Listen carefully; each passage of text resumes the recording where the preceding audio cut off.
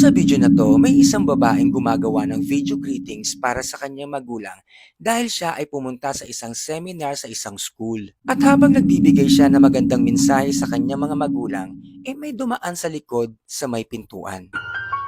Hi, Mama, Papa. 元気？あなたの可愛い娘よ。緊張したりしてるのよ。おかしいでしょ？ At dito na nga napansin din ng babae na may dumaan nga nakakaiba sa may pintuan. 通り過ぎたよ。今の何？ほら。通り過ぎたじゃん。ちょっと待ってて。よく見てない。 Kaya ang ginawa niya, pinuntahan niya ito at sinilip. Pero pagkatapos nun, ang sabi niya, baka imahinasyon lang daw niya ito. 気のせいだったみたい。ナーバスになってるのかな。 Pero ito na ang sumunod na nangyari. もう嫌になっちゃう。カメラが。何が起こったの？おかしいわね。よし、カメラはこれでいいはず。